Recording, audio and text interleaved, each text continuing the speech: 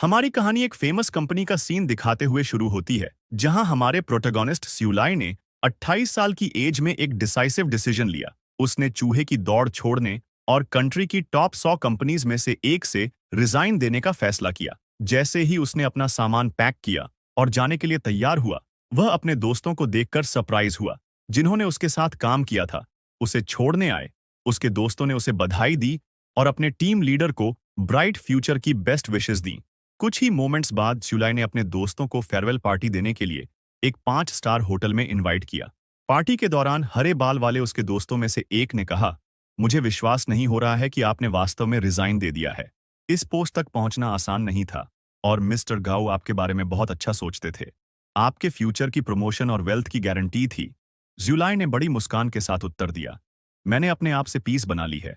मैं फ्लैट लेना चाहता हूँ, सॉल्टेड फिश बनाना चाहता हूँ, जीवन का आनंद लेना चाहता हूं और अपनी गर्लफ्रेंड के साथ अधिक समय बिताना चाहता हूं। मैं अब कंपीट नहीं करना चाहता। नीले बाल वाली एक लड़की ने पूछा कि आप आगे क्या करने जा रहे हैं। स्यूलाई ने जवाब दिया, मैं एक कैफे खोलने, कैट्स के साथ खेलने और कुत्तों को घुमाने की प्लान बना रहा हूं। यह देखकर कि उसका फ्यूचर कितना सुखद लग रहा था, नीले बाल वाली लड़की एक्साइटेड हो गई और बोली, वाह, ये बहुत बढ़िया है। अब 24 घंटे 7 दिन काम नहीं करना पड़ेगा। आप अपने खुद के बॉस और टीम लीडर होंगे। मैं इस तरह से जॉब छोड़ने के लिए आपसे बहुत जेलस हूं। अनफॉर्चुनेटली मेरे पास एक कार लोन में मॉर्गेज है। अगर मैं काम नहीं करता हूं तो मैं अपने कार लोन का पेमेंट नहीं कर पाऊंगा। स्यूला के एक अन्य फ्रेंड्स ने कहा, जब आपका कैफे सफल हो जाएगा तो मैं कस्टमर्स को वहां कॉफी पीने के लिए लाऊंगा। आपको हमें छूट देनी होगी। स्यूला ने उन्हें अश्योरेंस दिया कि चिंता न करें, मैं सभी को दावत दूंगा। हर कोई अपनी सीटों से खड़ा हो गया, अपने वाइन ग्लास उठाए और टोस्ट करते हुए कहा, अगर हम अमीर हो गए तो एक दूसरे को नहीं भूलेंगे। कुछ समय बाद जब स्यूलाई ने अपना कैफे खोला तो यह अपनी यूनिक डेकोरेशन के साथ एक पॉपुलर लोकल प्लेसेस बन गया, जो इन्यूमरेबल विजिटर्स को अट्रैक्ट करता था। स्यूलाई फ्यूचर के लिए आशा से भर गया, यह महसूस करते हुए कि सब कुछ ठीक चल रहा था। अपनी गर्लफ्रेंड के साथ अपने कैफे के सामने खड़ा था। उसने कहा, गीफन, क्या तुम्हें पता है कि पिछले महीने हमारे कैफे का नेट प्रॉफिट 1 लाख युआन था।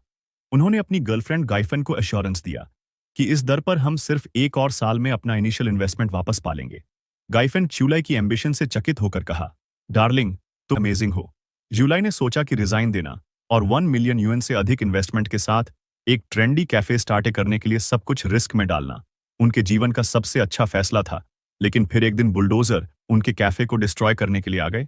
उसने कहा कि वे रुकें जाएं और पूछा कि आप क्या कर रहे हैं। बिल्डिंग मैनेजर ने जवाब दिया कि यह लैंड हमारे लीडिंग ग्रुप द्वारा रिक्विजिशन है। सभी इरेलीवेंट पर्सनल छोड़ दिया है। स्यूलाई हैरान हो गया और उनसे कहा कि उसने डिमोलिशन के बारे में कुछ नहीं सुना था और डिमांड की कि वे इसके साथ आगे नहीं बढ़ सकते। बिल्डिंग मैनेजर वांग ने ज्यूलाई से कहा, आपको अपने लैंडलॉर्ड से इस बारे में पूछना चाहिए, मैं बस अपना काम कर रहा हूं। दूसरे आदमी ने ब्रदर वांग से पूछा कि क्या हो रहा है, यह आदमी कौन है। स्यूलाई ने तोड़फोड़ पर रोक लगाने पर जोर दिया, पहले मुझे सिचुएशन क्लियर करने दें। उस आदमी ने उसे जल्दी करने का आग्रह किया, कहा कि हमारे प्रोजेक्ट मैनेजर के पास इस एरिया के लिए 3 दिन का स्केड्यूल है। शॉक में स्यूलाई ने अपने लैंडलॉर्ड को फोन किया, यह सोचकर कि लैंडलॉर्ड को यह समझाने की आवश्यकता है कि मुझे आज क्यों बताया गया कि जिस प्रॉपर्टी को मैंने रेंट पर लिया है और रिनोवेट किया है उसे डिमोलिश्ड किया जा रहा है। ब्रदर वांग ने स्यूलाई को देखा।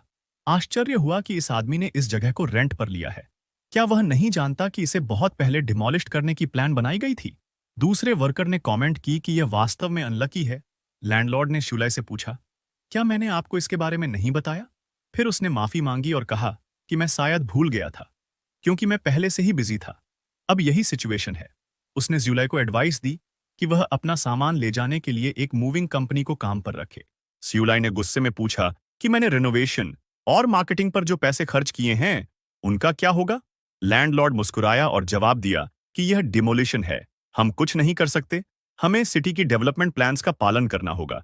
इसके अलावा क्या डिमोलिशन सिटी की बेहतरी के लिए नहीं है। स्यूलाई परेशान होते हुए कहा कि मुझे जगह रेंट पर देने से पहले डिमोलिशन के बारे में मुझे इन्फॉर्म करना आपका ऑब्लिगेशन था। अब आपको मुझे हुए लॉस की भरपाई करने की जरूरत है, या यह कॉन्ट्रैक्ट के वायोलेशन के रूप में गिना जाएगा। लैंड ओनर हंसे और कहा कि कॉम्पेंसेशन, मैंने ये नहीं कहा कि मैं आपके चलने के खर्च को कैरी नहीं करूंगा।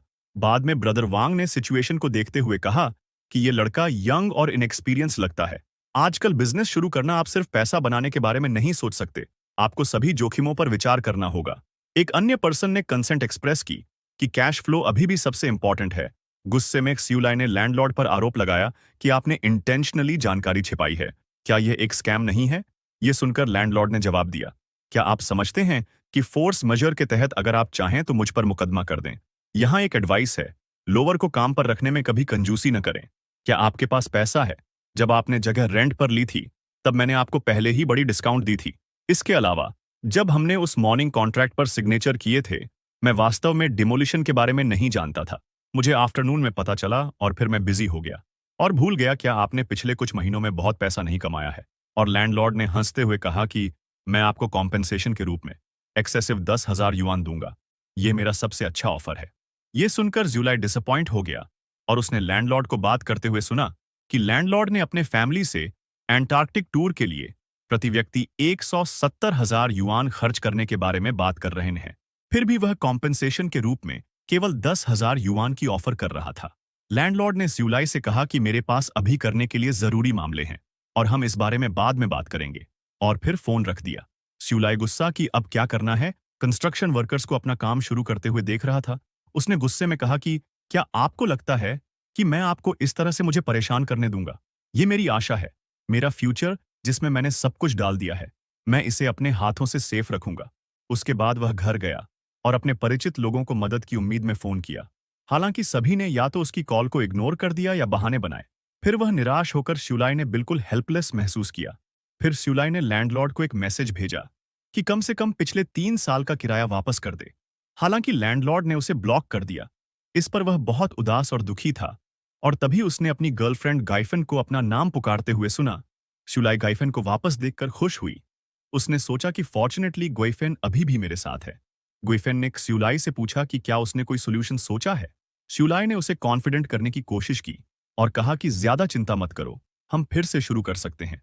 मैंने हिसाब लगाया कि टेबल, चेयर्स और कॉफी मशीन बेचने से हमें इमीडिएट जरूरतों को पूरा करने के लिए 1 लाख से 2 लाख युआन मिल सकते हैं और लैंडलॉर्ड को केवल किराया वापस करने की जरूरत है, जिससे हमें कुछ और 1 लाख युआन मिलेंगे। हम अपनी पिछली प्रेस्टीज का यूज करते हुए जगह चुनने में अधिक अलर्ट रहेंगे। हम एक कम्युनिटी स्टोर खोल सकते हैं, इससे जीविकोपार्जन में कोई प्रॉब्लम नहीं होगी। गिफेन ने फिर कहा कि जाओ लाइड के बारे में बात करनी है।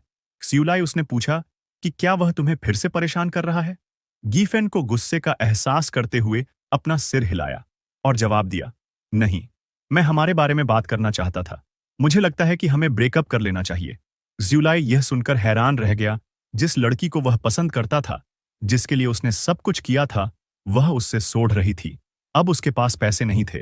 उसने गिफेन के हाथ पकड़ लिए और उससे पूछा, तुम्हें विश्वास क्यों नहीं होता कि मैं इस बाधा को पार कर सकता हूं? मुझे बस कुछ और समय दो और मैं इस इश्यू को सॉल्व कर दूंगा। मैंने अपनी पिछली वर्क प्रॉब्लम्स को अच्छी तरह से हल कर लिया है और यहां तक कि ऊंची चढ़ाई भी की है। गिफेन इमोशनल होकर ज्यूलाई के करीब गया और कहा, मैं वास्तव में तुम्हारी मदद करना चाहता हूं। जाओ लाइड बहुत जेनरस है। मैं अभी तक उसके साथ रहने के लिए अग्री नहीं हुई, लेकिन उसने मुझे पहले ही tens of thousands of yuan का एक प्लैटिनम बैग दिया है। उसने उसे वह शानदार बैग दिखाया जो जाओ लाइड ने उसे दिया था और कहा कि वह वास्तव में जेनरस है।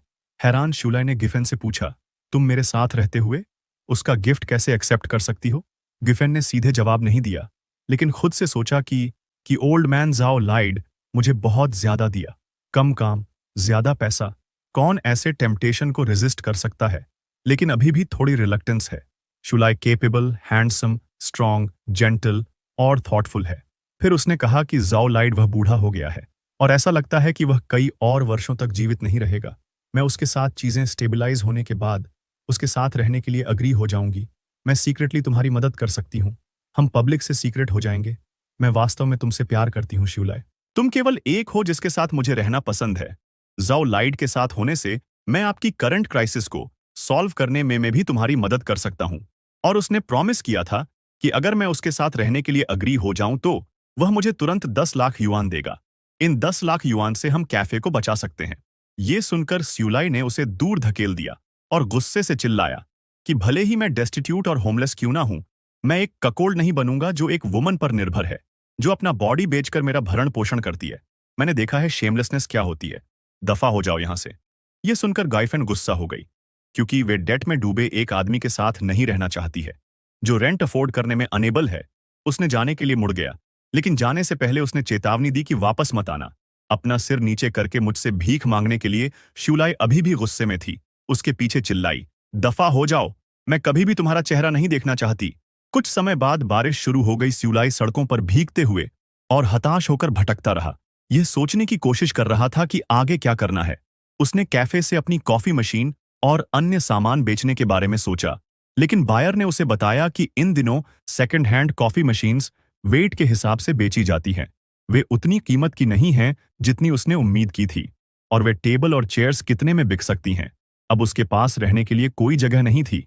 जिस घर को वह रेंट पर ले रहा था वह अब उसके लिए अवेलेबल नहीं था, क्योंकि डेट रिकवरी करने वाले लोग हर दिन ट्रबल खड़ी कर रहे थे।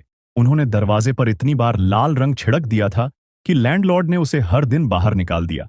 डेट रिकवरी करने वाले लोग यह जानना चाहते थे कि वह पैसे कब वापस करेगा। उसे लगातार थ्रेट देने के लिए आ रहे थे। डेस्परेट और डिसअपॉइंटेड, ज्यूलाई को पता नहीं था कि क्या करना है। वह उस प्लेस पर लौट आया जहां उसका कैफे खड़ा था, जो अब डिमोलिश्ड हो चुका था, और उसने सोचा कि मैंने क्लियरली सबसे कठिन कदम को पार कर लिया है। अवसर का लाभ उठाया और अपने बिजनेस में सफल हुआ। मैं ऐसी लो प्रोबेबिलिटी वाली इवेंट का फेस क्यों कर रहा हूं? मैं ऐसे डेड एंड में क्यों हूं? उसने आसमान की ओर देखा और गॉड से पूछा, क्या आप मेरे साथ खेल रहे हैं? अगर आप खेलना चाहते हैं तो मुझे मौत के घाट उतार दें। कंस्ट्रक्शन साइट के बीच में बैठे हुए उसने एक सिगरेट निकाली और खुद से कहा, मैं इन कठिनाइयों को पार कर लूंगा। लेकिन ऐसा लगता था कि भाग्य के पास कुछ और ही प्लान थी।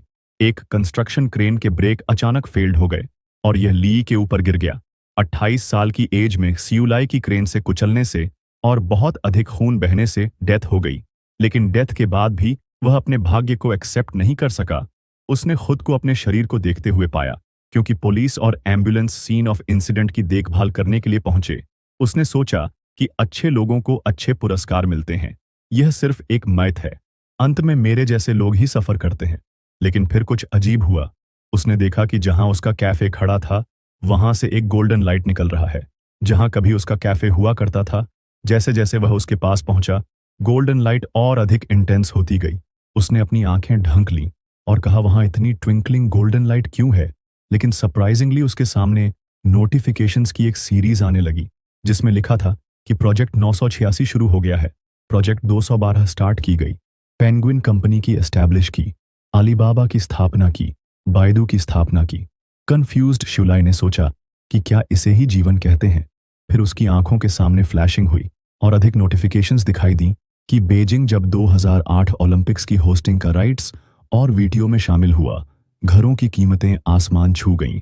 शेंजू 6 को स्पेस में भेजा गया, चिंगही तिबेट रेलवे ओपन किया गया, और भी बहुत कुछ। ये सभी घटनाएं थीं जो उसने अपने जीवन में एक्सपीरियंस की थीं, लेकिन अब वे उसके लिए कोई मायने नहीं रखतीं। हालांकि ये सिर्फ उसके जीवन की घटनाएं नहीं थीं, और उसने देखी कि स्पेस में गैलेक्सीज और फ्लोटिंग आइलैंड भी देखे। सबसे चौंकाने वाला सीन था, लोग एक मॉन्स्टर से लड़ रहे थे। कंफ्यूज्ड होकर उसने सोचा कि ये चीजें क्या हैं। वे और अधिक एब्स्ट्रैक्ट होते जा रहे थे। जैसे ही उसने उनके पास जाने की कोशिश की, वह अचानक एक खाई में गिर गया। जब उसने अपनी आंखें खोलीं तो उसने खुद को एक क्लास में किसी के बगल में बैठा पाया। उसके बगल में बैठे लड़के ने पूछा कि क्या वह ठीक है। शिवलाई ने लड़के को देखा और चौंक गया और पूछा, जंगमिंग, क्या तुम भी मर गए हो? जंगमिंग ने हैरान होकर पूछा, क्या तुम ठीक हो? दिन के उजाले में ऐसी ऑमिनस बातें मत कहो।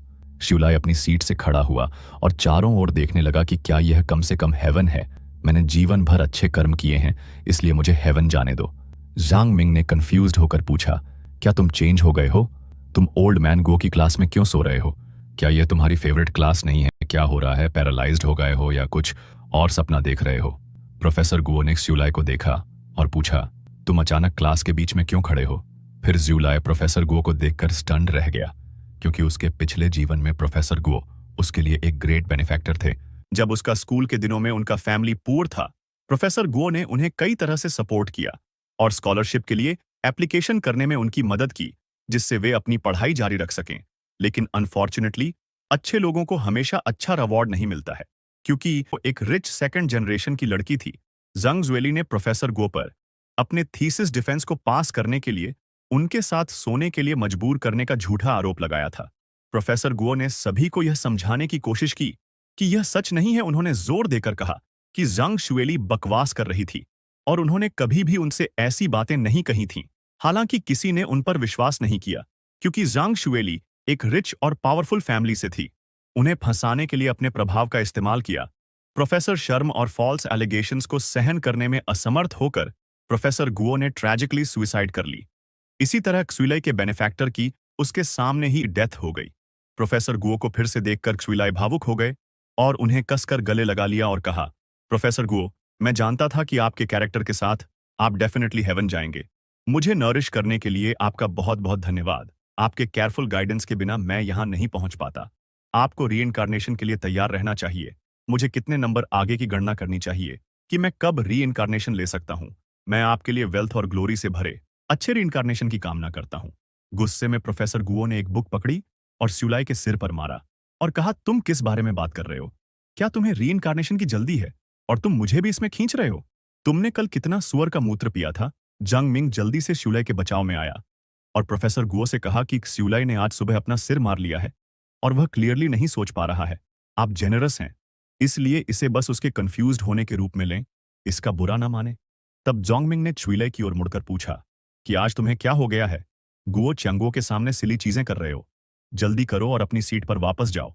क्या तुम फेले होना चाहते हो? देखो कि तुम सपना देख रहे हो या क्लास में हो। शॉक्ड शुलाई को सरप्राइज हुआ कि जोंगमिंग का क्या मतलब था, लेकिन जैसे ही उसने चारों ओर देखा, उसे एहसास हुआ कि वह एक क्लास में था। ये देखकर चौंक गया। वह चुपचाप अपनी सीट पर लौट आया। तब जोंगमिंग ने एडवाइस दी कि क्लास के बाद अपना फेस वॉश कर लो। मैंने तुमसे कहा था कि रात में देर तक पढ़ाई मत करो। लेकिन स्यूलाई अभी भी कंफ्यूज था और उसने सोचा कि हेवन मेरे यूनिवर्सिटी क्लास की तरह क्यों दिख रहा है, और उसने यह कंफर्म करने के लिए चारों ओर देखा कि क्या हो रहा था, और स्कूल की ब्यूटी शाओनिंग को उसके पीछे बैठे हुए देखा। हैरान श्यूलाई मन में सोचता है कि मैंने कभी नहीं सुना कि उसके साथ कुछ हुआ। वे सब इतनी कम उम्र में कैसे मर गए? हालांकि श्यूलाई को अपने यूनिवर्सिटी की गॉडेस शाओनिंग से एक डिसडेनफुल लुक मिली। यह देखने के बाद वह एक बच्चे की तरह रोना शुरू कर दिया, यह सोचकर कि डेथ के बाद भी मैं उसके सामने खुद को एम्बैरस कर लिया। श्यूलाई की चाइल्डिश हरकत देखकर शाओनिंग की दोस्त ने कहा, श्यूलाई तुम्हारी अटेंशन अट्रैक्ट करने की कोशिश कर रहा है, लेकिन उसके पास प्रॉब्लम्स हैं। कौन सी लड़की इस तरह से पीछा किया जाना पसंद करेगी? श्यूलाई ने उनकी बातचीत सुन ली और शाओनिंग की फ्रेंड को घूरा। भयभीत शाओनिंग की फ्रेंड ने पूछा, तुम मुझे ऐसे क्यों देख रही हो? वह फिर शाओनिंग की ओर मुड़ी और कहा कि ज़ुलाई जैसे क्रीपी गाय के झांसे में मत आना। शाओनिंग ने सेल्फ कॉन्फिडेंस से जवाब दिया, बिल्कुल नहीं, और मैं कभी नहीं आऊंगी। वह केवल अटेंशन अट्रैक्ट करना चाहता है। जाओ मिंग ने सिचुएशन को देखते हुए स्यूलाई के कान में फुसफुसाया कि ठीक से बैठो, प्रोफेसर गुओ तुम्हें देख रहे हैं, और गॉडेस को देखना बंद करो। प्रोफेसर गुओ वास्तव में श्यूलाई की बचकानी हरकतों को देख रहे थे। प्रोफेसर गुओ की सख्त निगाहों का प्रेशर फील करते हुए श्यूलाई का पूरा बॉडी ठंडा पड़ने लगा, यह सोचते हुए कि टीचर गुओ अपनी डेथ से पहले और बाद में दोनों ही समय बहुत सीरियस थे। जैसे ही ज़्यूलाई की आंखें इधर उधर गईं, उसने फाइनेंशियल मार्केट्स और इन्वेस्टमेंट्स पर बुक देखी जो उसने अपने कॉलेज डेज में स्टडी किया था। इतने सारे फेमिलियर डिटेल्स को देखकर वह महसूस करने लगा कि यह हेवन जैसा नहीं लगता, और यह बहुत कोइंसिडेंस है कि वे सभी मर गए। फाइनेंस और इन्वेस्टमेंट, यह एक ऐसा कोर्स था जो मैंने अपने थर्ड ईयर में लिया था, जब तक कि यह दुनिया का अंत न हो और हर कोई मर चुका हो। लेकिन उसने जल्दी से उस विचार को डिसमिस्ड कर दिया, यह याद करते हुए कि किस प्रकार वह उन इवेंट्स में मर गया जिसके कारण यह हुआ। अल्टीमेटली वह एक कंक्लूजन पर पहुंचा, तो यह सबसे क्लासिक और कॉमन नॉवल ट्रोप्स रीइंकार्नेशन होना चाहिए। जब वह इस पर गहराई से विचार कर रहा था, अचानक क्लास की घंटी बजी, जो क्लास के एंडिंग का सिग्नल था। सभी क्लास से बाहर जाने लगे। स्यूलाई को उस अनरियलिस्टिक सिचुएशन पर विचार करने के लिए छोड़ दिया जिसमें उसने क्लास के बाद खुद को पाया। जांग मिंग श्यूलाई के करीब आया और पूछा कि तुम्हें क्या हुआ है? क्या घर पर कुछ हुआ है? तुम पूरी क्लास से बाहर रहे हो। जोंग मिंग ने अपना सपोर्ट देते हुए कहा कि अगर कुछ गलत है तो मुझे बताओ, मैं तुम्हारी मदद करने के लिए जो कर सकता हूं वह करूंगा। एक बुरे सपने के कारण तुम्हें इतना डिस्ट्रैक्ट नहीं होना चाहिए, इसका मतलब है कि घर पर कुछ हुआ होगा। उसने स्यूलाई को 100 युआन दिए और कहा कि ज्यादा चिंता मत करो, सभी प्रॉब्लम्स हल हो जाएंगी। हालांकि स्यूलाई ने यह कहते हुए मना कर दिया कि मैं इसे नहीं ले सकता, यह 1 महीने के रहने के एक्सपेंसेस के लिए सफिशिएंट है। जोंगमिंग ने जोर देकर कहा कि चिंता मत करो, हम ब्रदर्स की तरह हैं। तुम्हें यह देने के बाद भी मेरे पास रहने के एक्सपेंसेस के लिए बहुत कुछ है। मेरे पास अभी भी 400 युआन से अधिक हैं। स्यूलाई को अभी भी हेजिटेट करते हुए देखकर जोंगमिंग ने उससे कहा कि इसे एक इन्वेस्टमेंट समझो। जब तुम अमीर हो जाओगे तो तुम मुझे पे बैक कर सकते हो। मेरे फादर ने मुझे बताया कि तुम्हारे पेरेंट्स के छोटे बिजनेस में बहुत पोटेंशियल है। अगर मेरे पेरेंट्स मुझे फिजूल खर्ची के कारण बाहर निकाल देते हैं तो मैं तुम्हारे पास आ सकता हूं। शूलाई ने यह कहते हुए पैसे एक्सेप्ट कर लिए और कहा, मैं इसे लोन के रूप में लूंगा और मेरे पास पैसे होने पर मैं तुमको दोगुना वापस कर दूंगा। जंगमिंग मुस्कुराए और कहा कि ज्यादा चिंता मत करो, आज बस ज्यादा मीट खाओ। फिर कुछ समय बाद रात में कॉलेज के हॉस्टल में शूलाई ने खुद को सोने में असमर्थ पाया। वह अभी भी सोच रहा था कि कैसे वह 1998 में अपने तीसरे वर्ष में वापस आ गया था। जो भी कारण हो, उसे लगा कि उसने जैकपॉट मार लिया है। उसे याद आया कि जब वह डार्कनेस से गुजरते हुए मरा था, तब सभी घटनाएं उसके दिमाग में एच्ड थीं। वह टाइम ट्रैवल रही होगी, उसने सोचा, लेकिन अदर डायमेंशंस में फ्लोटिंग आइलैंड्स में मंक्स की लड़ाई के सीन भी क्यों थे? उसने उन वियर्ड सीन को भूलने का निर्णय लिया और इंफॉर्मेशन गैप पर कॉन्सेंट्रेट किया, जिसका अब वह फायदा उठा सकता था। जुलाई ने फ्यूचर की इवेंट्स को याद करते हुए चुपचाप हंसना शुरू कर दिया। उसे पता था कि वे आ रही थीं। तभी जुलाई को आधी रात में हंसते हुए सुनकर जोंगमिंग चिढ़ गया और कहा, क्या तुम अभी भी सो नहीं रहे हो? तुम किस बात पर हंस रहे हो? चादर के नीचे बिस्तर का फ्रेम लगातार चरमरा रहा है। यह परेशान करने वाला है।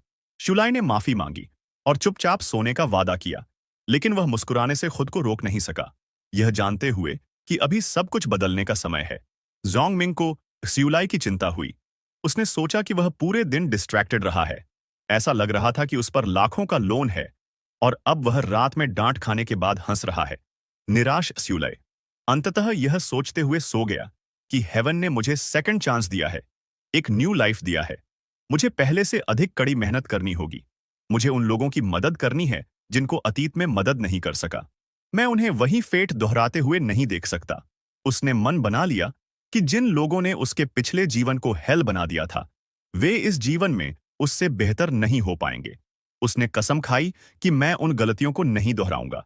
मैं इस ईरा में आने वाले हर अपॉर्चुनिटी का लाभ उठाऊंगा और सबसे अमीर आदमी बनूंगा नेक्स्ट मॉर्निंग स्टडी रूम में, क्योंकि शुलाई का रीबर्थ हो चुका है और उसे एक नई शुरुआत दी गई है।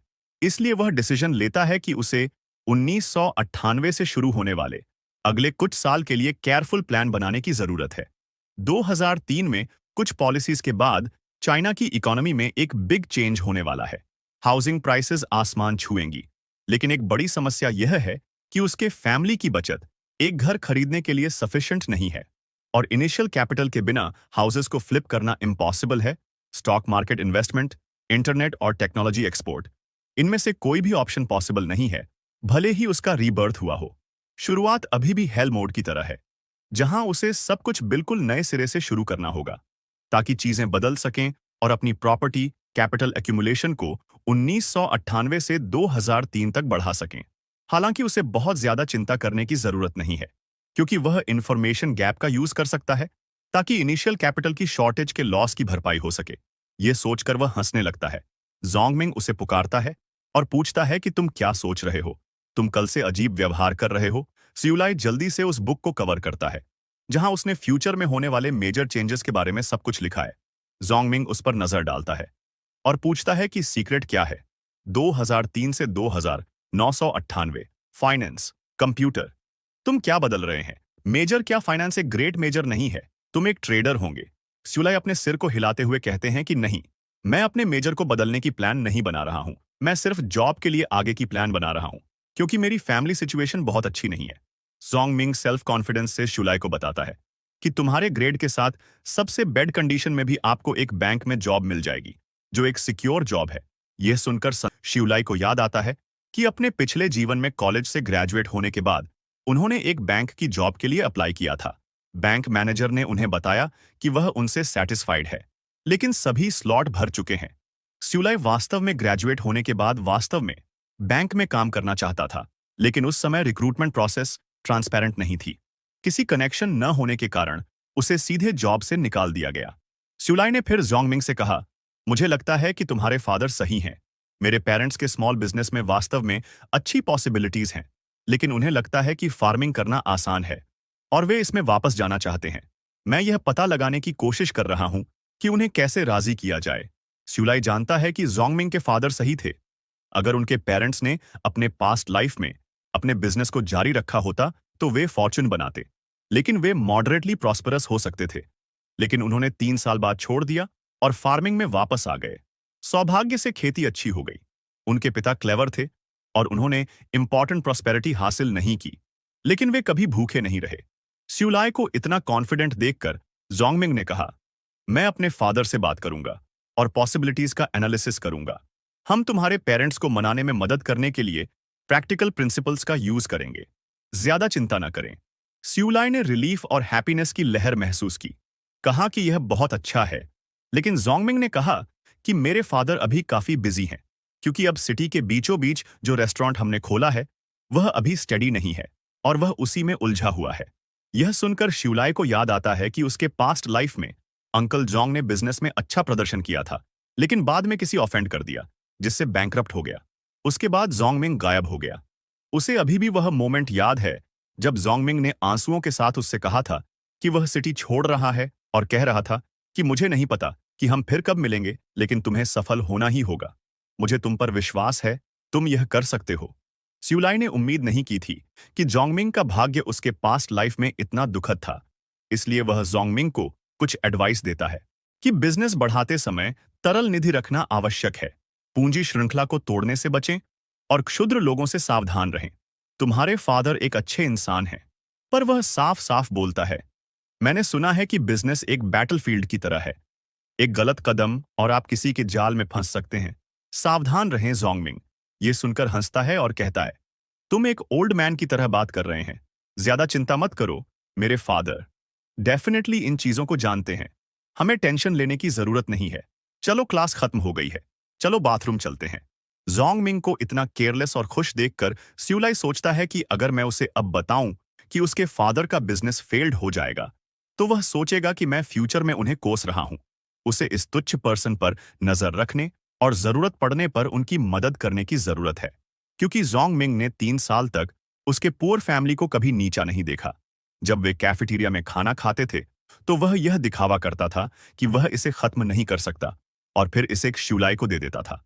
श्यूलाई की फैमिली सिचुएशन को जानते हुए वह अक्सर उसे पैसे देने के बहाने ढूंढता था और कहता था कि तुम्हें लगता है कि मैं तुम्हें मुफ्त में पैसे उधार दे रहा हूं।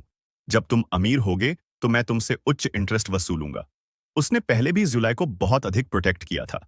अब उसे प्रोटेक्ट करने की बारी जुलाई की है। बाद में उस रात स्टूडेंट बाथरूम में नहाते समय जुलाई अपने करंट स्किल्स और फैमिली बैकग्राउंड के साथ डीप थॉट में थी। फाइनेंस इंडस्ट्री में खड़ा होना उसके पिछले जीवन में कठिन है। एक प्रेस्टिजियस स्कूल से डिग्री के बिना वह ग्रेजुएट होने के बाद एक अच्छी नौकरी नहीं पा सका। फॉर्चुनेटली वह डिसाइसिवली कंप्यूटर इंडस्ट्री में स्विच किया और परसिवियरेंस और प्रयास के बाद उन्होंने प्रोग्रामिंग में कुछ अचीवमेंट्स हासिल की थीं। अब उसे अपने पुराने बिजनेस को चुनने और इंटरनेट क्षेत्र में अपॉर्चुनिटीज की तलाश करने की जरूरत थी, क्योंकि आने वाले सालों में इंटरनेट तेजी से एडवांस होगा और कई प्रमुख हस्तियां उभरकर सामने आएंगी। जब तक मैं अपॉर्चुनिटी का लाभ उठाता हूं तो मैं दूसरों की सक्सेस का लाभ उठा सकता हूं और विनर बन सकता हूं। उन्होंने याद किया कि 1999 में यांग फेलोंग हाना सिटी में फेलोंग टेक्नोलॉजी की एस्टैब्लिश करने जा रहे थे।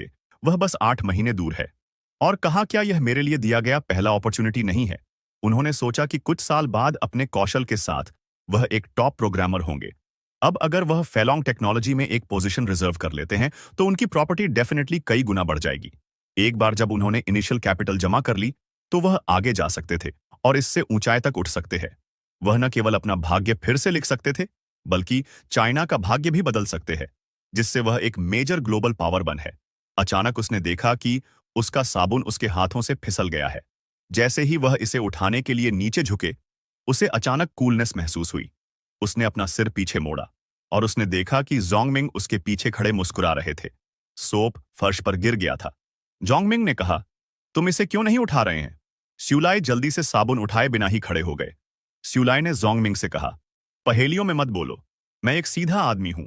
जोंगमिंग हंसे और कहा कि वह सिर्फ मजाक कर रहा था। उसने अपने कपड़े हुए बाहर चला गया और कहा, तुम अपना समय ले लो। लेकिन अचानक सियुलाई ने देखा कि जोंग मिंग के बॉडी से एक गोल्डन लाइट निकल रहा है। चौंक कर वह चिल्लाया, जिससे जोंग मिंग आश्चर्य में पीछे मुड़ा कि क्या हुआ। तभी सियुलाई के बॉडी में गोल्डन लाइट फ्लो होने लगी, जिससे वह स्टन रह गया। यह गोल्डन लाइट क्या है, उसने सोचा। फिर उसे याद आया कि उसके पिछले जन्म में मरने से ठीक पहले उसने कैफे में यही गोल्डन लाइट देखी थी। ये वही लाइट्स थी जिसे उसने टाइम ट्रैवल करते समय देखा था। सियुलाई ने जोंगमिंग को पुकारा और पूछा, क्या तुमने अपने ऊपर कोई गोल्डन लाइट देखी है? लेकिन जोंगमिंग ने कंफ्यूज होकर पूछा, तुम किस बारे में बात कर रहे हो? क्या यह अल्ट्रामैन लाइट है? मुझे तुम्हारे ऊपर कोई गोल्डन लाइट नहीं दिखाई दे रही। क्या तुम बहुत ज्यादा टीवी देख रहे हो? उसने तब शिवलाई से कहा, मुझे इस तरह मत चौंकाओ, तुमने मुझे डरा दिया है। शिवलाई ने उसके हाथ की ओर देखा, लेकिन गोल्डन लाइट डिसअपियर हो गई थी। कंफ्यूज होकर उसने सोचा कि क्या यह उसकी टाइम ट्रैवल के कारण होने वाला किसी प्रकार का इल्यूजन था। जोंगमिंग ने देखा कि सियुलाई हाल ही में अजीब तरह से व्यवहार कर रहा था। उसे एडवाइस दी कि बस एक अच्छे से नहा लो और आराम करो। अगर यह ठीक नहीं होता है तो चलो कल चेकअप के लिए स्कूल क्लिनिक चलते हैं। हालांकि शिवलाई अभी भी हैरान थी और अभी भी सोच रही थी कि आखिर गोल्डन लाइट क्या है। कुछ समय बाद कॉलेज कैफेटेरिया में शाओनिंग की दोस्त ने उससे पूछा, क्या तुमने गौर किया है कि शिवलाई हाल फिलहाल में ज्यादा आसपास मंडरा नहीं रहा है? हम हर समय उससे मिलते रहते थे। शाओनिंग देखा कि उसकी दोस्त सियुलाई के बारे में कितना बात कर रही थी। उसने जवाब दिया कि तुम उसकी बहुत परवाह करती हो। अगर वह दिखाई देता है तो वह दिखाई देता है, अगर वह गायब हो जाता है तो वह गायब हो जाता है। इससे मेरा कोई लेना देना नहीं है। उसकी दोस्त ने अपना सिर हिलाया। ऐसा नहीं है, मुझे लगता है कि उसे एहसास हो गया है कि वह आपका ध्यान नहीं खींच सकता, इसलिए उसने एक नया टारगेट ढूंढ लिया है। शाओनिंग को भी यह अजीब लगा, क्योंकि ज्यूलाई अक्सर उसके इलेक्टिव सब्जेक्ट बारे में पूछती थी। वह जो भी चुनती, ज्यूलाई भी वही चुनता। जब वह लाइब्रेरी में जाती तो ज्यूलाई भी आता। वह हमेशा क्लास में प्रेजेंट रहता और उसका अटेंशन अट्रैक्ट के लिए नोटिसेबल स्पॉट पर बैठता था। लेकिन अब वह अक्सर क्लास स्किप कर देता है, और जब वह प्रेजेंट होता भी है तो पीछे बैठकर अन्य बुक्स पढ़ता है। वह क्या कर रहा है? शाओनिंग ने सोचा कि जब वह इस बारे में सोच रही थी तो उसकी फ्रेंड ने उसे धक्का देकर कहा कि शाओनिंग देखो, शैतान की बात करो। वह बड़ा रोमांटिक है जो किताबों का कीड़ा बन गया है। क्या वह ग्रेजुएट एग्जामिनेशंस की तैयारी कर रहा है? दोनों ने उसे अपने नोट्स में गहराई से लीन होते हुए देखा। वह फ्यूचर के अपॉर्चुनिटीज की प्लान बना रहा था और लिख रहा था। वह जानता था कि वह यांग फेलोंग से कांटेक्ट करने के लिए 8 महीने इंतजार नहीं कर सकता था। तब तक बहुत देर हो चुकी होगी। यांग फेलोंग के बिजनेस एम्पायर ने अपने इनिशियल स्टेजेस में कुछ इंपॉर्टेंट इश्यूज को इग्नोर कर दिया था, और सियुलाई को जितनी जल्दी हो सके इन जल्दी प्रॉब्लम्स की पहचान करने की जरूरत थी। वह फ्यूचर की इवेंट्स के बारे में अपने विचारों में इतना लीन था। उसने यह भी नहीं देखा कि शाओनिंग और उसकी दोस्त क्सानिंग उसे इस तरह देख रही थीं। सियुलाई ने सोचा कि वह मेरे साथ मुश्किलें खड़ी करना चाह रहा है और कहता है कुछ लोग अपनी आदतें नहीं बदल सकते। सियुलाई अपनी बुक पर इतना कॉन्सेंट्रेट कर रहा था कि वह उसे नहीं देख पाया और गलती से उससे टकरा गया, जिससे शाओनिंग का लंच बॉक्स जमीन पर गिर गया और उसका सारा सामान जमीन में बिखर गया। उसने उससे पूछा, क्या तुम हमें नहीं देखने का नाटक कर रहे हो? हम हिले भी नहीं और तुम हमसे टकरा गए।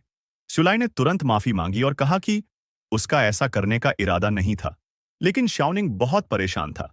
तुम कब तक इस तरह मेरा पीछा करते रहोगे? इन ट्रिक्स से मेरा ध्यान खींचने की कोशिश मत करो। मैं मुश्किल से मिलने वाले खेलों में नहीं फंसता। क्या तुम्हें पता है कि इस बिहेवियर से मुझे कितनी ट्रबल और इरिटेशन होती है? सियुलाई ने लंच बॉक्स को फ्लोर से उठाया और फिर से माफी मांगी, यह एक्सेप्ट करते हुए कि यह सब उसकी गलती थी। उसने कॉम्पेंसेशन के रूप में उसे पैसे देने की ऑफर की और कहा, अगर तुम्हें जरूरत हो तो मैं दूसरा ला सकती हूं। हालांकि शाओनिंग अभी भी चिढ़ी हुई थी। उसने उत्तर दिया, 1 युआन से किसी को कोई फर्क नहीं पड़ता। बस मुझे अगली बार फिर से परेशान मत करना, और देखना तुम कहां जा रहे हो। और अगर तुम सड़क पार चलते समय किसी कार से टकरा जाते हो तो किसकी गलती होगी? उसने स्ट्रिक्टली सायुलाई को एडवाइस दी। शाओनिंग की बातें सुनने के बाद सायुलाई ने बस इतना कहा, ठीक है, तुम एक अच्छे इंसान हो, और फिर अपने विचारों में वापस खो गया कि कैसे यांग फेलोंग की प्रॉब्लम्स को मीडिया ने उसके पिछले जीवन में कई बार रिपोर्ट किया था। सियुलाई को इतना बेपरवाह देखकर शाओनिंग का दोस्त हैरान था और उसने कहा, कोई रास्ता नहीं है। वह ऐसे ही छोड़कर चला गया। क्या वह पागल है? क्या वह तुम्हारे सार्केज्म को नहीं समझा? स्याओनिंग भी यह सोचकर कंफ्यूज थी कि मैं बता सकती हूं कि यह हार्ड प्ले कर रहा है, लेकिन क्या वह वास्तव में अभी भी इसे ट्राई कर रहा है? उसकी चमड़ी वास्तव में मोटी है? उसके दोस्त ने तब कहा कि क्या वास्तव में उसने आप में इंटरेस्ट खो दी है?